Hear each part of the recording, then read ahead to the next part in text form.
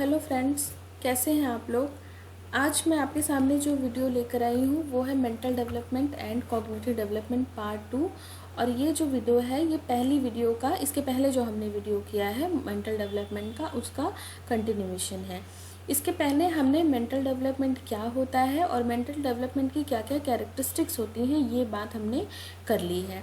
अब आगे जो हमें देखना है वो है स्टेजेस ऑफ मेंटल डेवलपमेंट। तो हम देखते हैं कि मेंटल डेवलपमेंट की 3 स्टेजेस होती हैं। पहली है स्टेज ऑफ रिफ्लेक्स एक्शन जो कि 10 से 11 महीने की होती है। दूसरी होती है स्टेज ऑफ डिजायर्ड और वॉलेंट्री एक्टिविटीज़ जो कि 17 to 18 मंथ की होती है। और तीसरी है स्टेज ऑफ पर्पसफुल एक्शन जो कि 2 ईयर में देखी जाती है। तो पहली जो स्टेज है स्टेजेस ऑफ रिफ्लेक्सेशन, ये 10 to 11 मंथ में, ये जनरली टाइम ड्यूरेशन इसका दिया हुआ है। रिफ्लेक्स एक्शन जो है वो स्टार्ट अपीयर होती है जनरली बर्थ के टाइम से। इसमें कैरेक्टरिस्टिक्स में देखिए sucking, engulfing, tendon reflex, knee reflex, Babinski reflex, plantar reflex, palmar reflexes, ये सारी चीज़ें इसको हम काफ़ी इलेबोरेट करके पढ़ेंगे, काफ़ी हम इसको अच्छे से पढ़ेंगे। तो अभी इसलिए मैं इसकी बात नहीं कर रही हूँ। हम बात कर रहे हैं सेकेंड वाले की, स्टेजेस ऑफ डिजायर्ड और वॉलेंट्री एक्टिविटीज़ की। तो देखिए इसका टाइम जो है वो 17 to 18 मंथ है। 17 to 18 मंथ का मतलब हो गया लगभग 1.5 साल।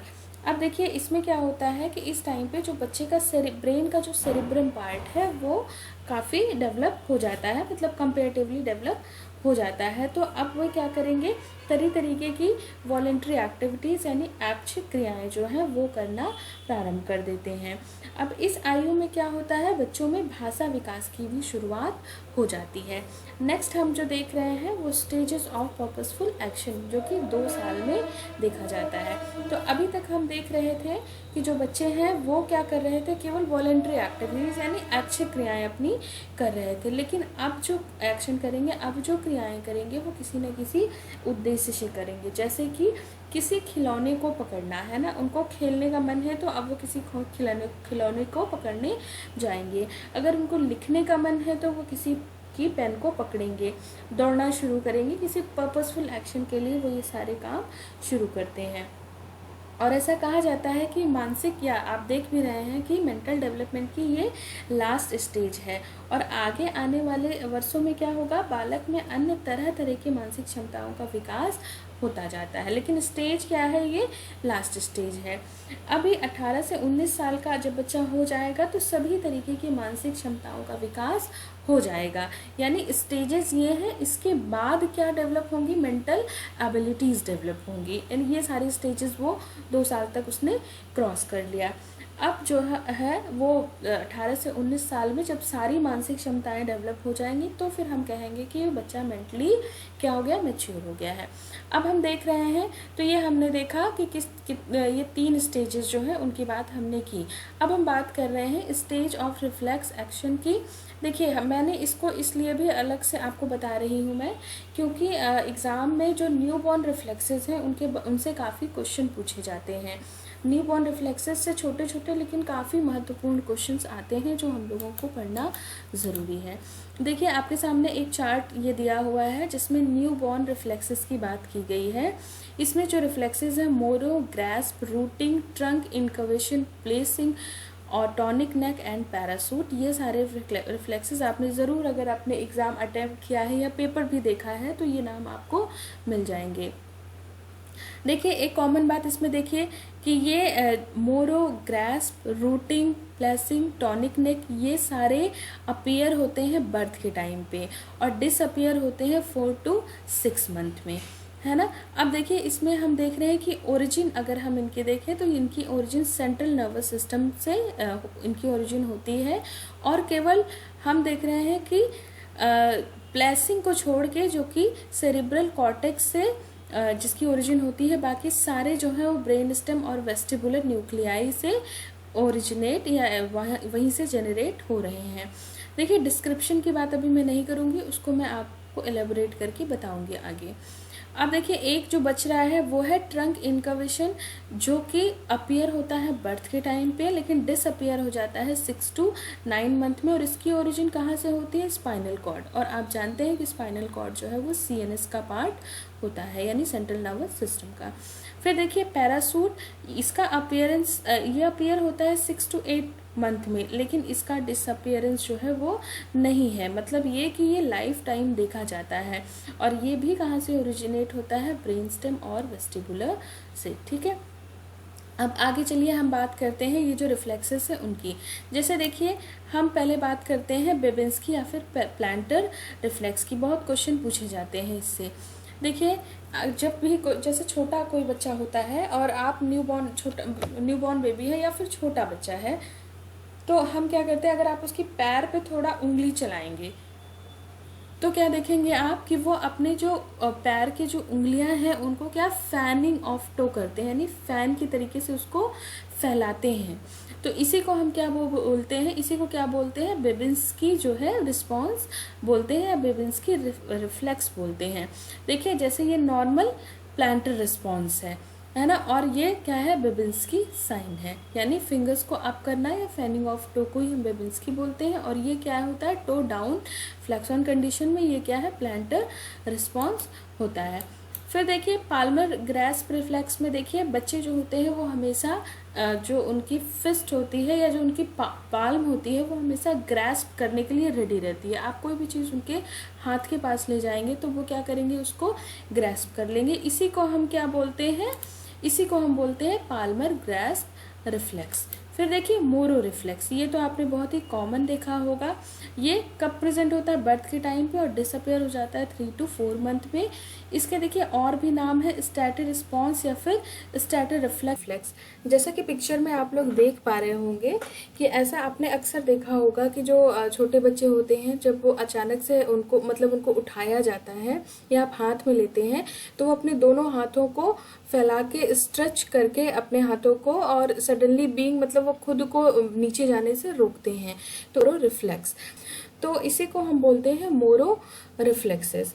नेक्स्ट हम जिस रिफ्लेक्स की बात करेंगे वो है रूटिंग रिफ्लेक्स।